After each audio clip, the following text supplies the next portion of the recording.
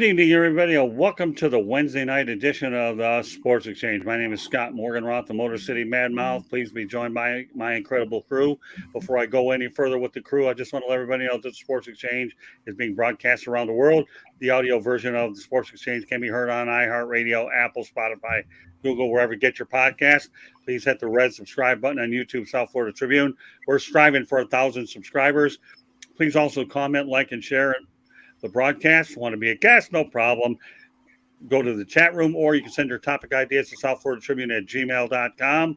Also, if you want to advertise cost efficiently, call me 954-304-4941. We broadcast live on Facebook, LinkedIn, Twitter, and YouTube. Our website is www.southfloridatribune.com. You can find us on Twitter at Tribune South.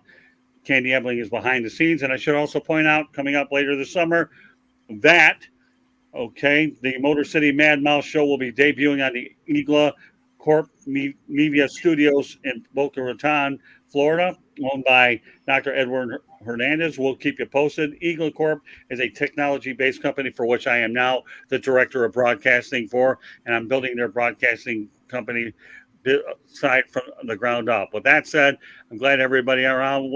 Jeremy B, getting a lot of activity this week for what week we have. Welcome back. Good to be here. Let's talk some sports. And we got the Tribune twins. We got Jeremy and we got George. I like those hats. It's okay. Oh man, you need to have Motor City Mad Mouth hats. All three of you. Yeah. There's only one Motor City Mad Mouth. Yeah, that's it. We got, and don't worry, Mel. Tribune hat will be coming up one of these days before I get it up there. But welcome back for another night, Mel. We appreciate you staying up past your bedtime to do this show. Yeah, you know it. Thank you. Mel just turned 25. He doesn't have any problems. Yeah, and Jacob Christner, long time no see, all about 2.5 minutes from maybe so, maybe a minute and a half. And last but not least, JB Ellis, one of the quarterbacks, my partner and a brother from another mother. Welcome back this week. You'll be off next week, and then we got you out nonstop for a while, but enjoy you being back, JB. You certainly had a great dimension to this bad boy. Well, glad to be here. Good crew. Like to see Mel back. Haven't seen Mel in a while. I know he does a lot of Tuesday stuff. Yeah, how you doing, JB?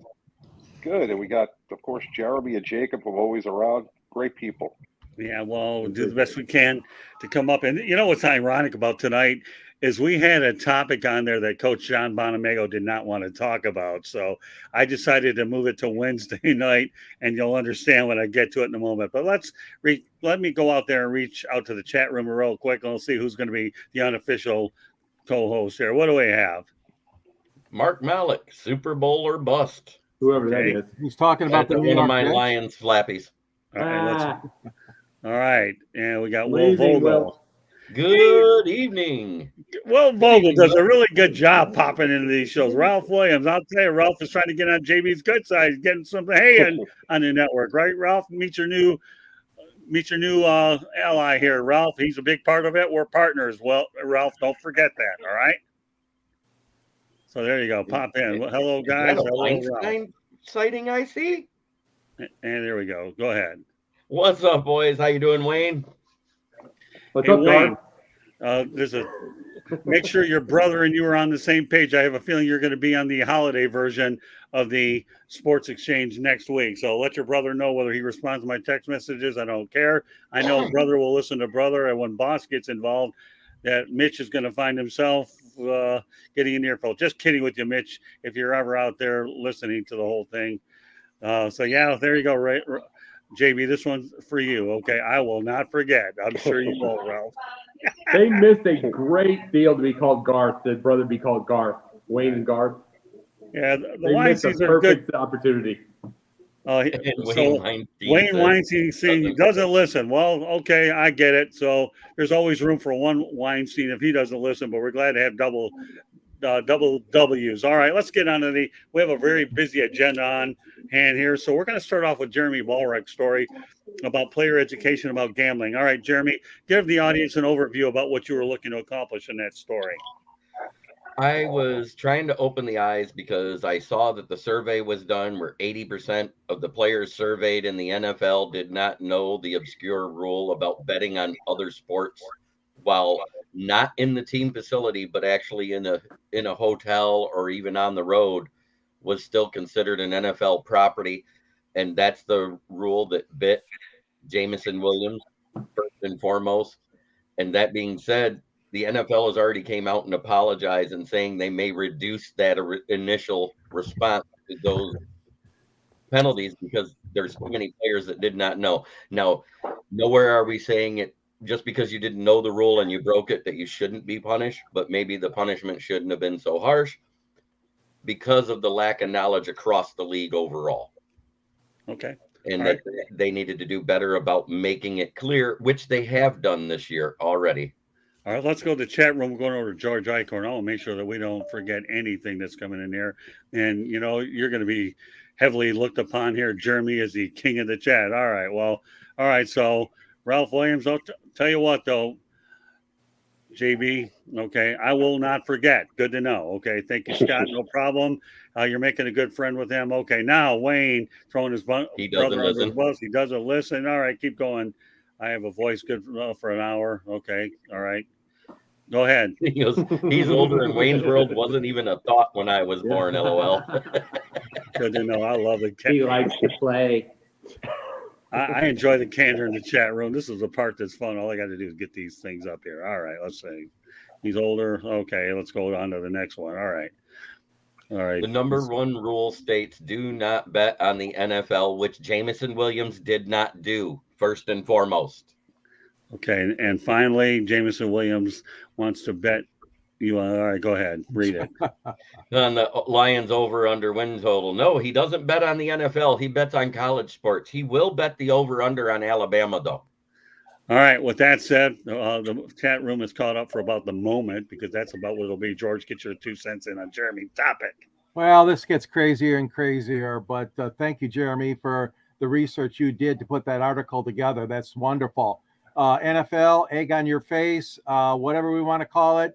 Let's hope they get back to their senses and make sure that players are educated fairly, honestly, openly, and across the board. All the teams from front office down to the water boys and water girls, if you will. But I mean, everybody's got to be on the same page.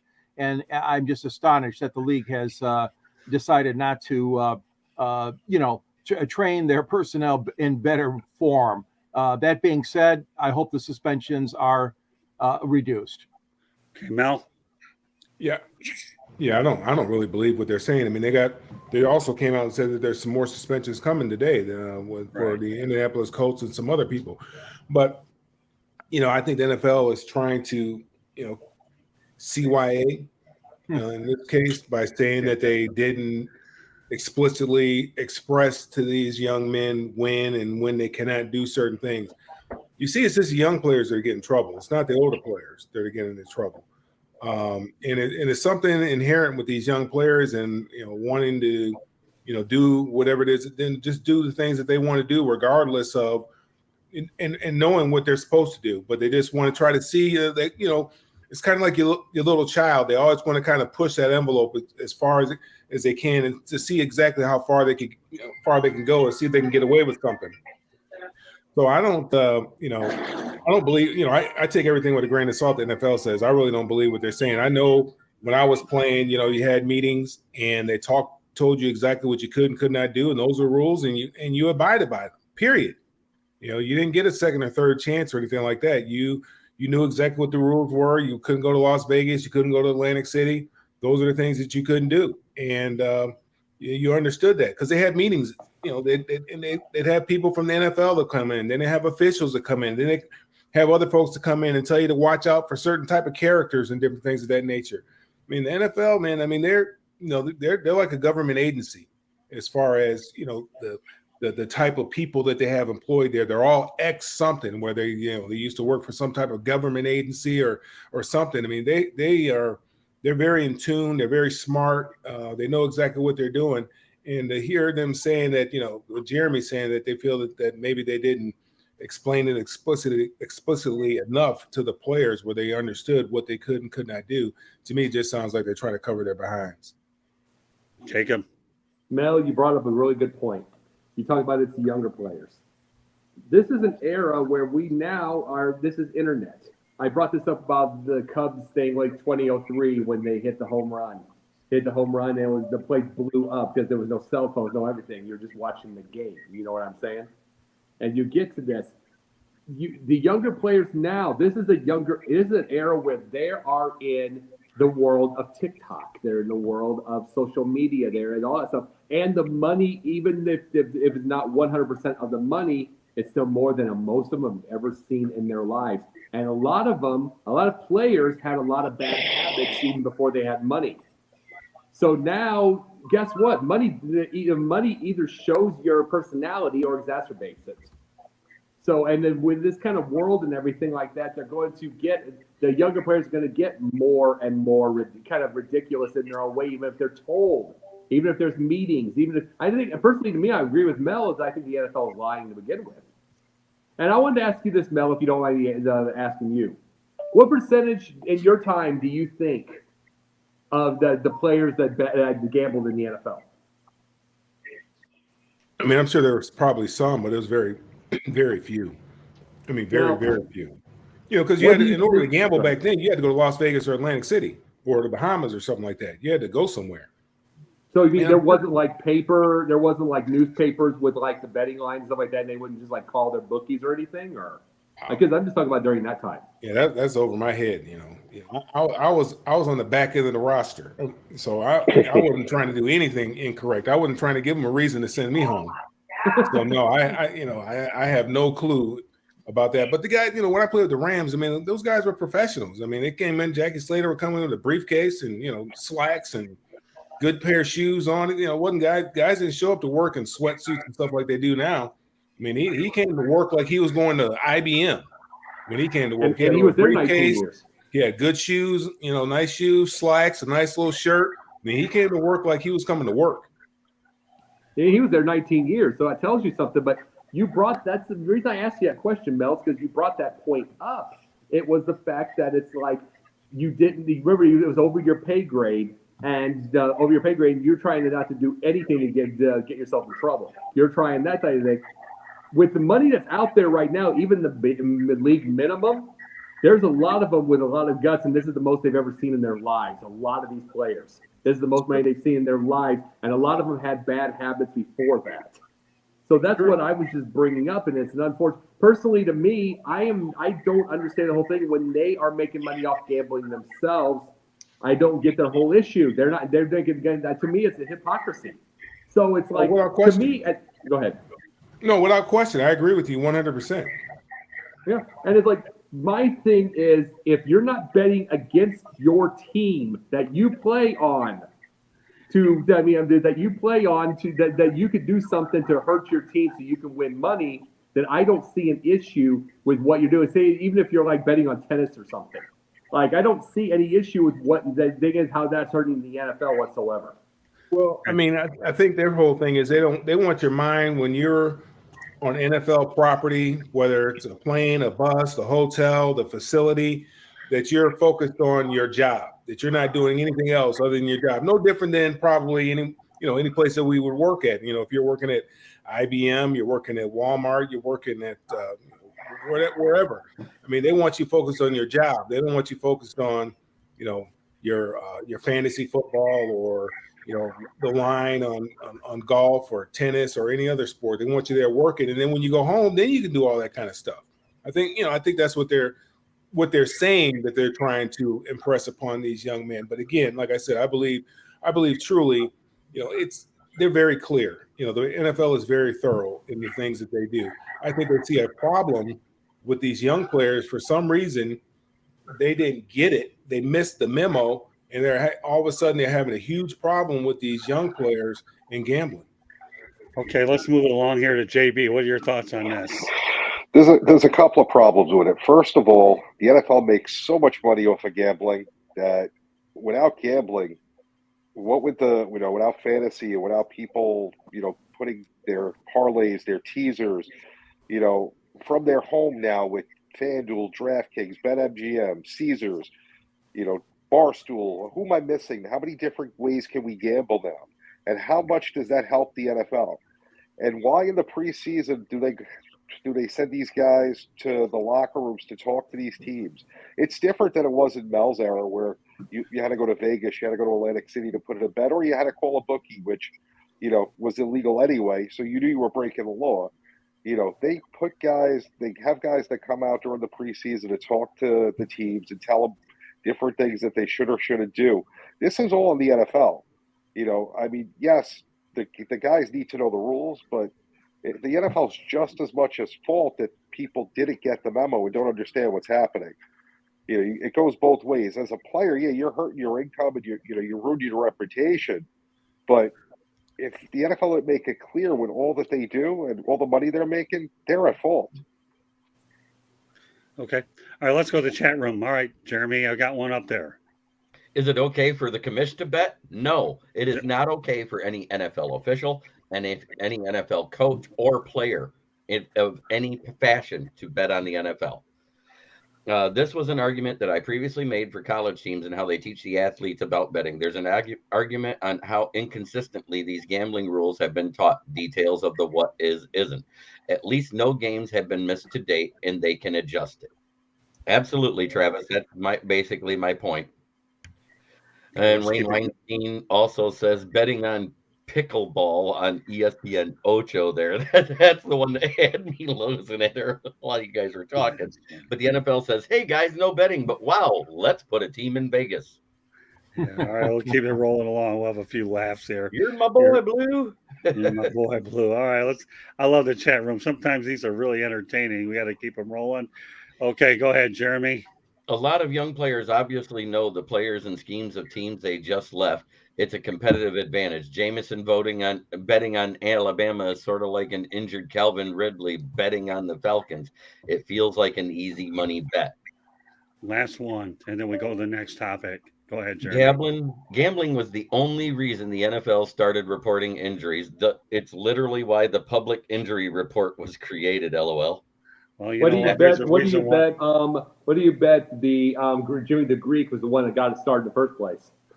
Right. No, that's an interesting name. All right, next topic. Okay, longest active playoff droughts. Which team or teams will snap their streak this season? We're going to go with the Jets, 2010-11, Broncos 2015-16, the Lions 16-17, Falcons and the Panthers 17-18, Texans 2019-20. We're going to go around quickly. Lots of ground to cover. Make a pick or two, and then we'll move on. Go ahead, Jeremy. I'm actually going to give you two, and they're both in the NFC. I think it's the Lions and the Falcons because the NFC South is the dog water of the league this year. Okay, George. I'll pick the Lions, and I'll pick the Jets with Rodgers. Mel? I said the Jets, the Broncos, and the Lions. Jacob? I'll go with them. Falcons and Falcons and Lions. I'm going to say that they are. I mean, by itself, Falcons. You're right. It's dog water, but Falcons are getting better, and I like Arthur Smith, and he can build an offense. So I like where they're going. JB Ellis? Lions and Jets if the guy who complains about everything stays healthy. Yeah, and I'll go with the Lions and the Jets as well. Let's get some thoughts from the chat room and see what they think. All right, Mr. Wayne Weinstein, we'll go through this one. He says, I hope not the Jets. All right, well, okay. That's guess he doesn't like Aaron Rodgers. Says Lions. Patty Grimes. Patty Grimes, a Grand Blanc, Michigan native, says Lions. What else we got? And Wayne Weinstein says something that Lions fans have said for years. Rodgers needs a colonoscopy. Leave it to Wayne. Good stuff. All right. All right. Now, here's a topic that we wanted to make sure we had a good full crew on. The head coach is on the hot seat, according to Corey Benjamin. The Chargers, Brandon Staley. Okay. I'm going to list down the years and what we have. Year 3 has a 19-15 record in the playoffs. He's 0-1. The Browns, Kevin Stefanski, year 4 record, 26-24 playoffs, 1-1. Washington, Ron Rivera, year 4 record, 22-27-1, playoffs 0-1. Raiders, Josh McDaniels, year 2 record, 6-11, playoffs not applicable. Don't have to worry about that, anyways. Cowboys, Mike McCarthy, year 4 record, 30-20, playoffs 1-2. Tampa Bay Bucks, Todd Bowles, year 2 record, 8-9. Playoffs 0-1. Saints, Dennis Allen, year 2, record 7-10. playoffs not applicable. And finally, Falcons Arthur Smith, year 3, record 14-20, not applicable. We're going to go through this one again, okay? And rapid fire. Jeremy? Well, it's got to be Ron Rivera, and I'm going to throw one not on the list. Brandon Staley of the Chargers. He's on the list. He's on the He list. is on the Yeah. list. Okay, I didn't hear the Chargers one, but That's yeah, okay. that's No, who I got. That's the that's- two that I think have the hottest seats in the NFL right now. Okay, George? I'm going to go with Mike McCarthy in Dallas. I mean, Jones is something else when it comes to naming coaches and that, but they just haven't cut the mustard down there for a long time.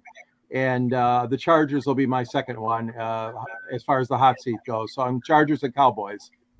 Okay, Mel?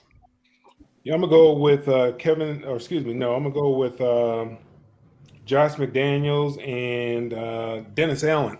And Dennis Allen, because he was such a disaster with the Raiders. I mean, so if he is unable, and even though he doesn't really have a quarterback over there, if he's unable to do anything with the Saints this year, I believe because he's had an opportunity before, that's just who he is. He's just not a head coach material. He's probably a good defensive coordinator. He should probably go back to being a coordinator. Josh McDaniels, same thing. He had an opportunity as well. Now he's got a quarterback in there. They're making changes, wholesale changes. They got rid of the tight end, which, they paid him the money. Then they got rid of their tight end. They're all pro tight end. So I'd have to say those two individuals, because of their previous head coaching experience, are on the hot seat. Jacob? Eberflus. I'm going to say Eberflus, Chicago. Reason saying he's a defensive-minded coach. I think he's got a defense that's getting built, but he is in the most pinned against the wall position you can get. If Fields makes any kind of momentum shift this year with passing, but it's not good enough, Eberflus is gone because they're going to want an offensive guru for him. And if Fields would bomb out, if he has another year where his passing doesn't go well, Eberflus is gone, and then Fields could be, because year 4, I looked at Spot Track. Year 4, it would be nothing off their thing to get rid of him. Nothing off theirs whatsoever. So this is where I get the frustration with this whole thing. I didn't want him to play his rookie year, because this should be year 2, and it's good. Year 2, especially with having all those records for your running and be able to have all that excitement in Chicago, it should be year 2. It says year 3, and he's 5-20. I mean, he's against a rock in a hard place. Eberflus is. I think he's in trouble. Okay, let's continue through the chat room. Okay, yeah. Well, when you guys are playing the hometown line, what do you expect? You have a lot of Lions people on this show. Chad says Jacob Clinton knows his sports. I love that one. Thank you, Mitch. I love Chad to death. Thank you. Chad's always Thank good you for a very few, much. man. Thank you. You changed your name, Jacob. Thank you very much. I did not have sex with. Okay. And Will Staley should have Vogel. been fired last year, in my opinion, by Will Vogel. Yeah, well, you know what? I'm going to back that too. I think Staley's in trouble. I really do. And you know what? I believe that Dennis Allen could be in trouble. I'm not so sure about McCarthy, although. Well, think about Staley real fast. They just brought in that new offensive coordinator. That guy could go coach in a hurry. And there you go. And you that. know what? That leads me to my next point, Jacob, okay? And that's Travis Holmes will save Brandon Staley's job. He'll continue his tradition of catching those unwarranted checks. And you know what? We'll see about Kellen Moore. Onwards we go. All right. JBLS, you want to mention more? Staley, Stefanski, Vegas is gone. And McCarthy's not having any more sleepovers. No more s'mores. No more hot cocoa. No more braiding Jerry Jones' hair in the middle of the night. It's done. Goodbye. All 4 of them will be gone. All right. Since we have Confidential coming on, I definitely have to make sure this topic gets brought up. After all, we have another 30 minutes or 25 till we get there, but we'll make sure we fit it in. Okay. First of all, Chicago Cubs chairman Tom Ricketts talks about deadline strategy. Obviously, we're buyers. All right. I know we addressed it last night with a couple people. We have a few that we didn't. So, all right, Jeremy, reiterate your position if it hasn't already changed. I missed the question, sir, because I could barely hear it. I don't know what's going on. No problem. All right, let me repeat it. Okay, Jeremy, Chicago Cubs chairman Tom Ricketts talks about deadline strategy. Obviously, we're buyers. Agree or disagree? I'm going to disagree because they're a middling team. playing in a good division. Yes, they're competitive, but they're unless they move up to second place by the trade deadline, they're not making a move. All right, let me go ahead and answer Chad's question. How is McVay not a potential hot seat candidate? I'll tell you why, Chad. He's going to retire before he gets fired. That's what I think. All right, onward we go, George. Let's talk about the Cubs. Ricketts. Yeah, as I stated on 108 Stitches, I believe Ricketts, only because this is a tight race that they're involved in with the Cincinnati Reds and the Milwaukee Brewers, and the Cubs are kind of hanging around, hanging in there. Granted, they don't have a lot of talent, but they still are hanging in there tough.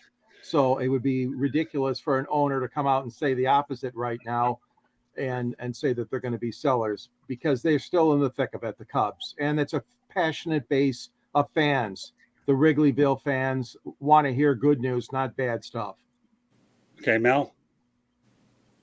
Yeah, I'm with George on that. Yeah, I don't follow baseball a whole lot, other than some of the young players.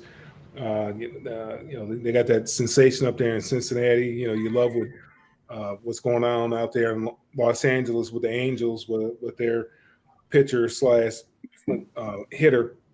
And of course, we follow the Braves here a little bit. But as far as all that kind of maneuvering that they do, with the trades, buyers, sellers, I don't follow a whole lot. It's interesting to see what teams get load up. It's interesting to see what teams decide to bail on the season and then basically just pack it up and try to do it again next year. But other than that, I don't have really much of an opinion on there, other than I kind of agree with what George said. Okay, that's fair enough. Okay, we have two Cubbies here, back to back. So we'll start off with Jacob. Confidential, which will be on after this show. One of the things that we talk about all the time is the Ross loss. David Ross, we talk about him and quite a bit. And the Cubs, one thing that a lot of us seem to agree with is they're a manager away from greatness. Because they've got a really nice little roster they've gotten building up. They just don't have a really good manager. And yeah, do I think they're buyers? Absolutely, they are. They do, because I think they want the team when they get rid of Ross and they go get themselves a manager. They will want a team to be able to build on to go get the right guy. And it's like, and how do you get the right guy if you got a bunch of minor leaguers? All right, so you saying, Jacob, in layman's terms, are buyers? Oh, they're buyers. Oh, yes. Good enough for me. All right, JB Ellis. They're really close in the division. The issue that they have right now is their manager's horrible. They'd be in first place if they had a decent manager. And they have one of the best farm systems in the minor league. So you got to be careful, because they have a chance to be good for years, not just make the playoffs this year where they're not going to win the World Series. So, yeah, I'd like to see them buy, but I'd rather wait another year or two when they'll be dominant. Okay, let's go to a couple chat comments. Okay, we'll go to Will Vogel. All right, Jeremy. They need to be buyers to chase the red hot Reds. Okay, and then we'll go to another one. Evening all, King. All from King SJ. Thank you very much, King. We appreciate you being back again. All right, let's move on. All right, we're going to go to Jacob's story. I like this one. It was really good, so I think it's good enough to bring it on here. Where is Dusty Baker? Where are you? So with that said, well, we're going to go around the horn, and Jacob will go in regular order. All right, where is that? Well, you know what? No, we won't. We're going to go with Jacob. Give me the reason why you wrote this story and fill people in that haven't seen it. Well, I did an article. I wrote an article, and it's on the Tribune South, and it's also on Inscriber magazine. The idea is, where is Dusty Baker's second ring? The reason I said that is because Dusty Baker came in 2003 for the Cubs, and ever since before then, they only had like 8 different players that came in their prime. Like they had a couple of the older names. They had Bill Buckner, they had Rick Sutcliffe, they had Rick Sutcliffe. They got Andre Dawson on his, and not even here. These are when they're on their prime and at their power. Sammy Sosa wasn't even at his power when they got him. So this is what I'm talking about.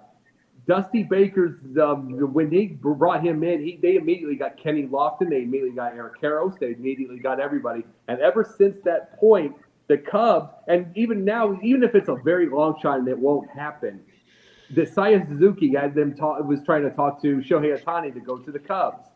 That would not have happened. That's like the equivalent of Barry Bonds going to the Cubs in his prime. That wouldn't have happened. So the reason I said this is where is Dusty Baker's second ring? It's because that ring does not happen in 16 without Dusty showing up first. Not only do they need a ring, they need a statue outside of Wrigley. And that's why I was bringing that up, because his presence, even if it ended not so well, his presence, everything on the Cubs changed the minute he showed up. It's good. I like that. All right, JB, go ahead. I get what you're saying, but Buck Showalter was there with the Yankees before they went off in the '90s and early 2000s. I don't think that it was Buck's reason they won, so I'm not going to buy that. Dusty's a really great manager, but he didn't win with the Cubs, so he doesn't get a ring. That's it. Stop. I get that. Stop patronizing the man. Great manager. He doesn't deserve a second ring. George? There's a lot of managers that won one championship, and I'll tell you what, Dusty has got the respect of myself and a lot of people in baseball. He's done a terrific job. I mean, he should have more rings. He should have 3 rings, 4 rings. I mean, I list him as far as modern era. I list him as one of the top managers that I've seen, and I agree with JB. I mean, I'm not going to jump on it because I think that Dusty is a fine guy and he's great to get along with. He earns the respect of all the players, and that's what I got to say about it. What about you, Jeremy? Great players, manager. He's had his success. He wasn't there when they won it. I don't think he'll get his second ring. No, you're right. You're right. I just wanted to say to everybody, it's probably more of a facetious thing when I said it, but I was trying to bring it into the. Oh, I understand exactly what you're saying. I'm just saying going forward, because by the time he builds a team to where it's ready, the people that run the team will get tired of him again. Yeah. Because he's building a team up to where it's good, and then by the time it's good, he always gets ran off. Yeah, you know what? I'm going to elaborate on that point in a moment, but I'll let Mel talk about it. I've got one that really stands out. Go ahead, Mel. Jeremy, I mean, Dusty's been at this thing for a long time, and I was glad to see him win it finally last year. I mean, back from when he was in San Francisco and had Barry Bonds and they were knocking on the door. I mean, everywhere he's gone, he's had the team in the mix. He's taken the team to the World Series everywhere that he's gone. And I was finally glad to see him finally get one last year because he deserved it. To me, I don't know him as far as a coach. I got a buddy that I went to college with that is related to Dusty somehow or another. And, everything I've seen from him on television, man, is he's a class guy, class act.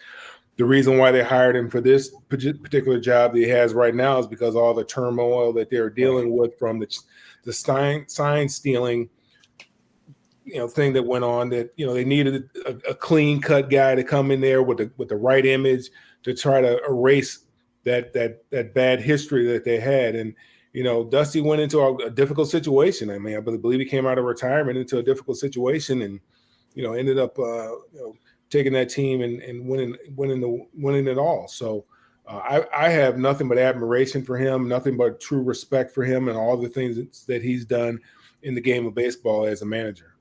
Yeah, all I'll say about the subject is 2 things. One, I'm glad he got his ring with Houston, especially under adverse circumstances.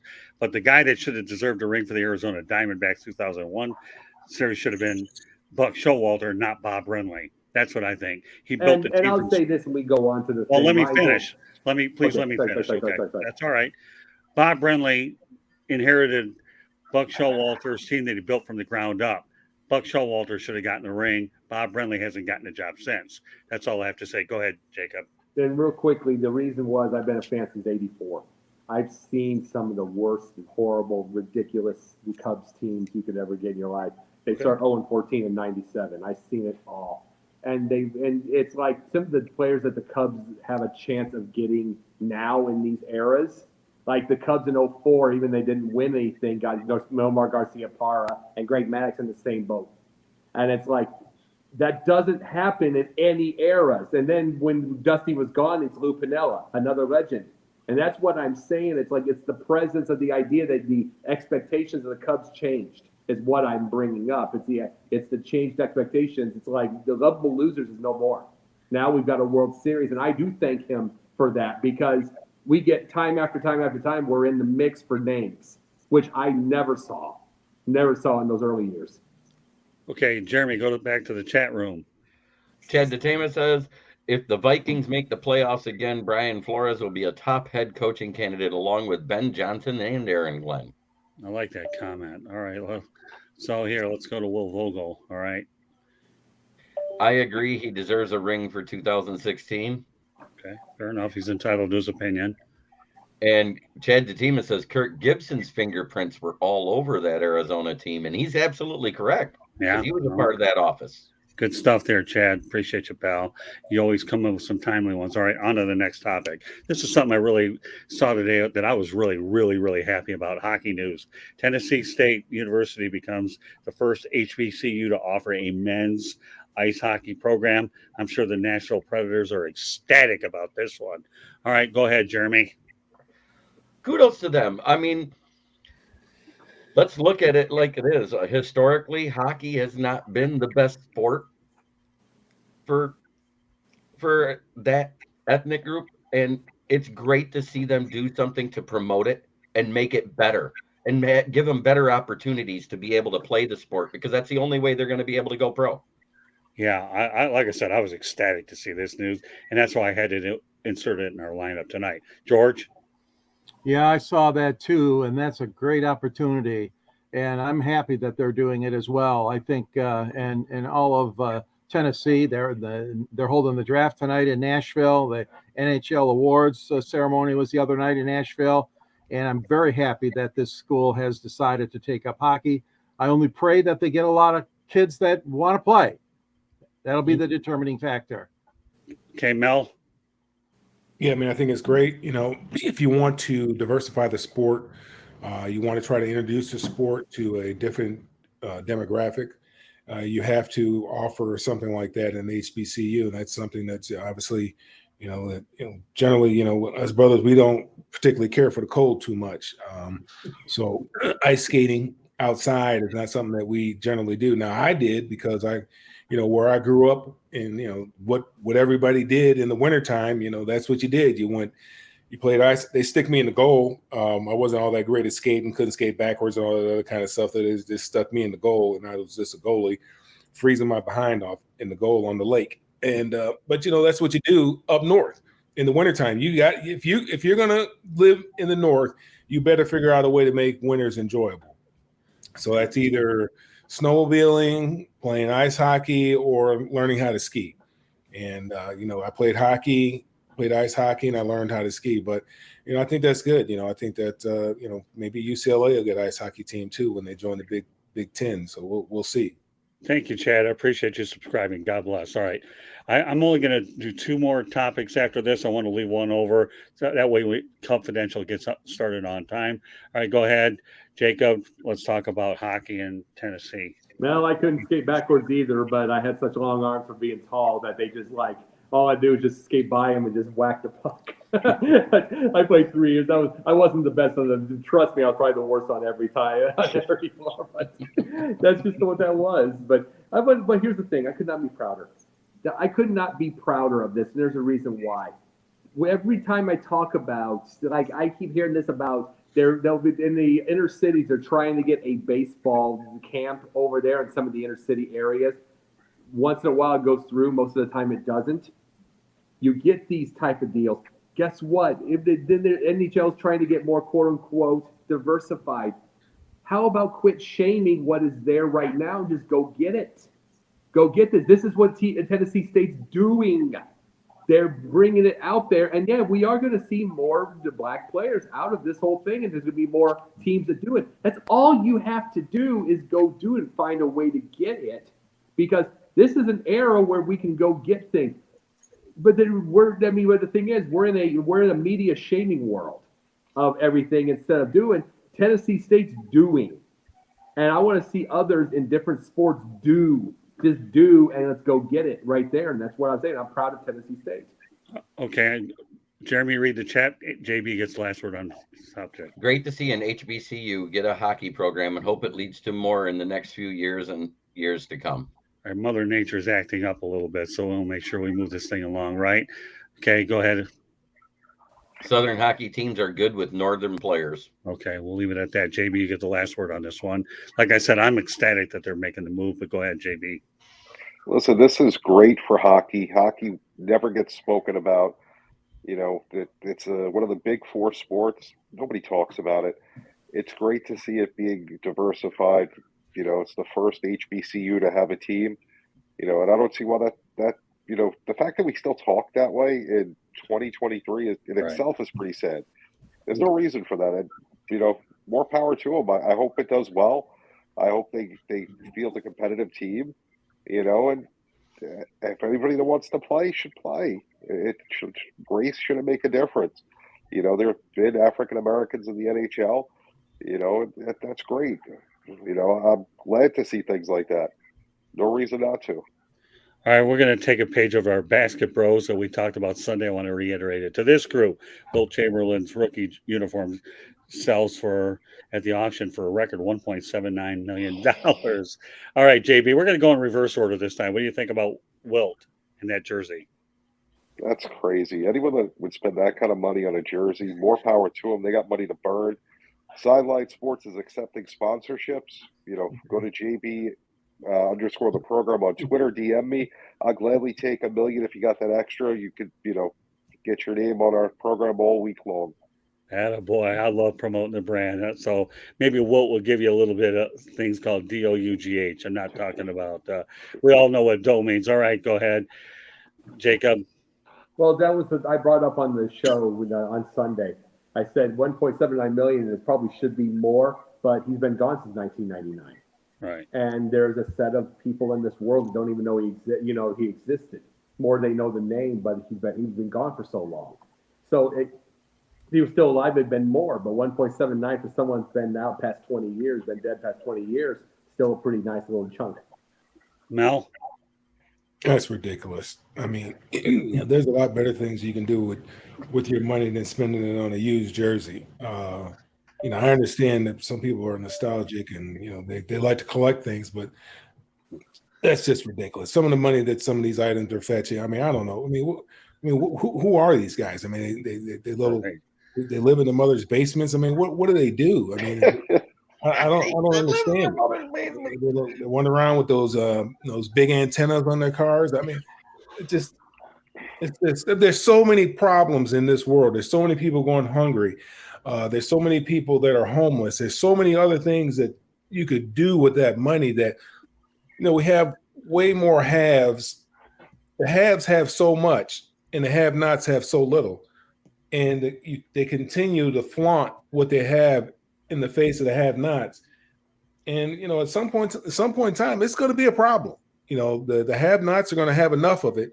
And at some point in time, it's going to be a problem because they're going to get tired of being in this rat race, man. And, people going around, people just trying to figure out how to put food on their table on a day-to-day basis. Every day you talk about, you hear about free lunches being given out during the summertime. Just make sure that kids have proper nutrition during the summertime because, obviously school's out. And to see something like this here, I mean, how much good could you do with that kind of money? Mm-hmm. Okay, George. I know, Mel, it's true that some people call it wasteful, but there are a lot of collectors out there. They really, really, I thought, put a fair price on this. And I agree with Jacob. I mean, he's been gone such a long, long time, and the younger generation doesn't remember anything about him, or Bill Russell, probably, Jerry West, great names from the past. But I think that, again, to me, I would never do it. I'm never part of that, but somebody out there wants to do it, all the more power to them. If that's the kind of way they want to spend their money, it's not just my way. I wouldn't do it. All I can say is whoever ended up getting this jersey better have as good of a man cave as Jerome Jaranovich did, George, because when we had him on, that was one of the best man caves I've ever seen in my life. Oh, yeah. That was really good. All right, Jeremy, you have the final word on this, but you have a directive here. Well, go ahead, read the chats. Okay. Chad, our man Chad here says even Las Vegas is talking about it. Good stuff. All right. Let's continue with the chat room. Not surprised, one of the greatest players of all time and did score 100 points, most in a game ever. Yeah, and the only guy that even got close to that was Kobe, right? Right. Good stuff, Will. You're on a roll again. Okay. I And know a lot about those three, Will George. Vogel says, I know a lot about those three, George. Okay, And well, you're the exception to the rule, Will, because you may be young, but you're an old soul when it comes to basketball. Yeah, you know He what? takes Will after Vogel. me. Let me tell you, Will Vogel does a heck of a job researching and his comments. I've never thought I'd see a guy have a role the way he does, but this guy, the way he's established himself in the chat room, is what it is. All right, Jeremy, you had the last word on Chamberlain. Everybody else got their shot on this subject, right? Jeremy's the last one. Is that correct? yep. All right, go ahead, Jeremy. Okay. That being said, I am a sports collector, but you know what? I'm not stupid enough to pay full price for anything, so I get in what they call as a break or a raffle to get what I get. So, in order for me to get in one, that would have to be, let's see, 170,000 people lined up at $10 a Okay. spot. How much was that Billy Sims one behind you, by the way? That was a All gift. right. Oh, okay. All right, we got to put old Patty on there. Good stuff. I would spend Jeremy money to do it. Oh, I'll tell you. I don't know what to say about this, but all I'll say is we're moving on to the next subject. Any compliment headed towards you, well, is rightfully earned, and I'll just leave it at that. Okay. Well, last topic before we get our pals over to confidential: is Zion Williamson a bust? If he is, where is he going to get traded? All right. You know what, JB, go ahead. It's a great question. I don't know if you can call him a bust yet because he's still going to attempt to play. Was it a bad choice by New Orleans? Well, I mean, the two guys in that draft were Ja and him, and they both have major problems right now. Ja's been better on the court because he's been on the court. Zion really hasn't. So, I mean, either way, that draft was just a bad draft at the moment. It's going to play out over the next few years. Too early to call him a bust. Jacob. Well, that's true. But it's like, but the big thing with Zion is the minute he blew his ankle outside of his shoe, blew everything out, and then he's over. And the thing is, he's always had issues with his weight. He's always had issues with discipline. He gets very. I mean, see, the thing about him is his discipline. Well, let's see. I'm not 7 foot tall. I ain't 7 foot, and I'm not a hippie. But no, his issue is the fact that you'll see him in every offseason and he looks like the Greek god. He does. And then he gets a couple pizzas in him and he blows up again. And then he gets more pizzas in him when his ankles hurt. And then it's the issue. His issue is he's missed 64% of his games in his career. And then you get all this, and then when he's out, he eats more. He doesn't have discipline to be able to keep the thing going. I don't see his career. And where would he go now? Who wants to? Maybe a bad team that wants a name, but who else is going to take something? I mean, the guy has missed 64% of his games in his career. The only ones that should really take him are the ones that want a name and hope he goes. Orlando, something or the other. I don't know, because anybody that's a contender, who's going to want to put up with that, especially when he's your most of your contract, most of your salary. Yeah, the only thing I'm going to say is Will's on target again. Zion is a bust. He's only played 30-something% of the games during his career, needs to lose weight. You know what? I'll interject this as we wind down here. I do believe he's a bust, and he does need to lose the weight. So, Will, I'm with you all the way. Mel, go ahead. I wouldn't say it's a bust. I'd say it's too early to tell. I think the problem, the biggest problem with Zion is he can't stay healthy. That's his biggest problem. He can't stay healthy. When he's on the floor, we see what he's done. He's put up, all-star numbers, all NBA numbers. And the other problem is, you're paying these guys too soon, too fast. And you're seeing these characteristics of these guys that, all they want to do is get the money. Now, maybe if you put some adult entertainers out there with him, maybe he'll get out there on the floor a little bit more. Because he like adult entertainers. Right. Miami Tropics. You get a couple of those gals out there with him as his teammates, maybe he'll play a little bit more. All right, George.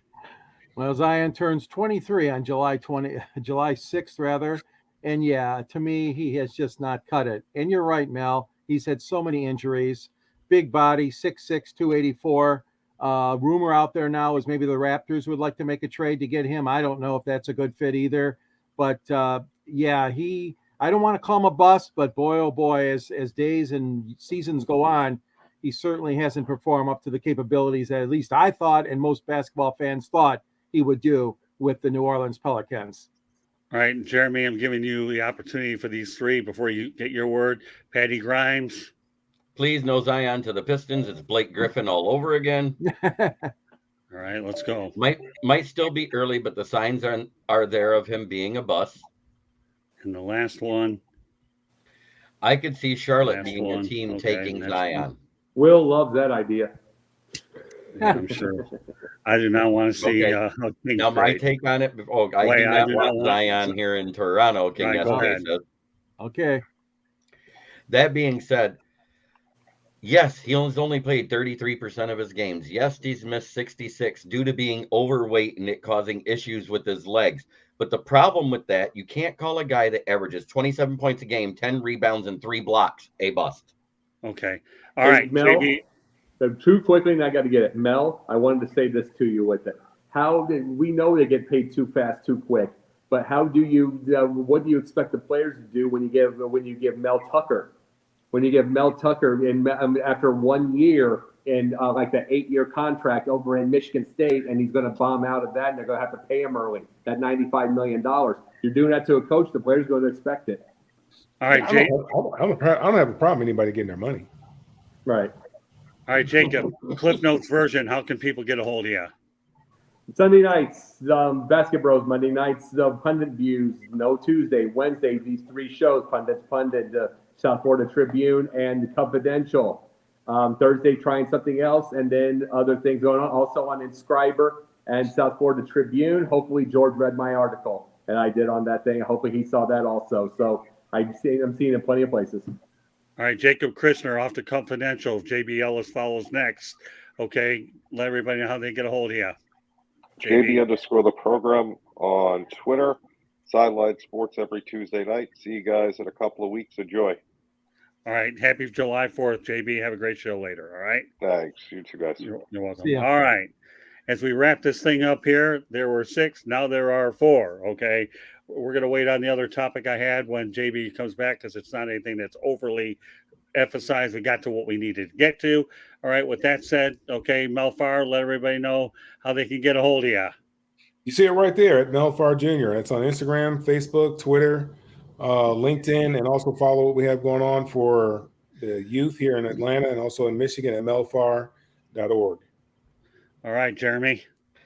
Oh, you know where you can find me. You can find me right here at the South Florida Tribune channel. You can also find me on the southfloridatribune.com with under the hash mark for the heading line where you find Motor City Tribune, where you can find me under a list of authors such as Scott Morganroth and George Eichhorn. You also can find me on my channel, which is Kneecap Biting with the Detroit Lions. You can also find me on Sideline Sports, and you can find me on Let's Talk Sports, where I have my own show called The Jeremy Ballrick Show, where on Fridays and Sundays I do interviews. And then there's the show that Scott and I have called The Professor and Pupil on Sundays at 10 a.m. Check us out. We'll be back in action next weekend, not this weekend. All right, quickly, Will Vogel, Zion should go to China. Not yet. I don't think he's ready for egg foo young and all those other Chinese dishes. Maybe a few years, but I don't think he's ready. That's what he needs. I don't think that Chinese food is going to help his diet at all. We'll leave it at that. I want to make sure everybody has a chance. I don't want Toronto fans jumping on the Lions bandwagon. Good stuff, Chad. Jeremy's going to be getting direct orders that you're going to come on by the end of July. Mark my word. And I will not build that wall. You're going to tell who to build what wall when you get in here and tell it yourself. But Jeremy has an assignment to bring on by the end of July, right, Jeremy? Yep. All right, Mel, we got yours. Now, George, you have an author in the house. Go ahead. Yeah, the Detroit Sports Broadcasters on the Air. This is my book. It's been around for a few years, but it's still a good read. Good read, and I'm a writer for the South Florida Tribune and the Motor City Tribune. As Jeremy mentioned, you can reach me at gicorn@yahoo.com and also on LinkedIn under my name and on Twitter as well at SandGSports99. And the link to the book is at the end of my column. So you'll see a link to the book. And Scott's in the book, and he had a great interview with Muhammad Ali and Jimmy Connors. And we got some nice pictures of a lot of stars in that book. So thank you very much. And you can watch me here on 108 Stitches and the Sports Exchange, other shows periodically. Okay, and finally, just one more time, in case you're just joining us, the Sports Exchange is being broadcast around the world. The audio version of the show can be heard on iHeartRadio, Apple, Spotify, Google, wherever you get your podcast. Please hit the red subscribe button on YouTube. South Florida Tribune, we're striving for 1,000 subscribers. Please also comment, like, and share the broadcast. Want to be a guest? Boy, I got a bunch of them that could be on here, Chad, for sure. Okay, send topic ideas, South Florida Tribune at gmail.com. If you want to advertise cost efficiently, call me at 954-304-4941. We broadcast live on Facebook, LinkedIn, Twitter, and YouTube. Our website is www.southfloridatribune.com. Twitter at Tribune South. Candy Ebling is behind the scenes doing all the things like putting broadcasts up, being a guest commentator, and working on the website so magnificently. And finally, coming up later this summer, the Motor City Mad Mouse Show will be debuting on the Egla Corp Media Studios in Boca Raton, Florida, owned by Dr. Edwin Hernandez. We'll keep you posted. The Egla Corp is a technology-based company for which I am the director of broadcasting to try to put that on the map. So we're going to have a lot of people that appear on these shows that will carry over to that platform as well. So we had a great broadcast tonight. I want to thank JB Ellis and also Jacob Christner. We also want to thank Jeremy Ballrek and George Eichhorn and Mel Farr for joining us.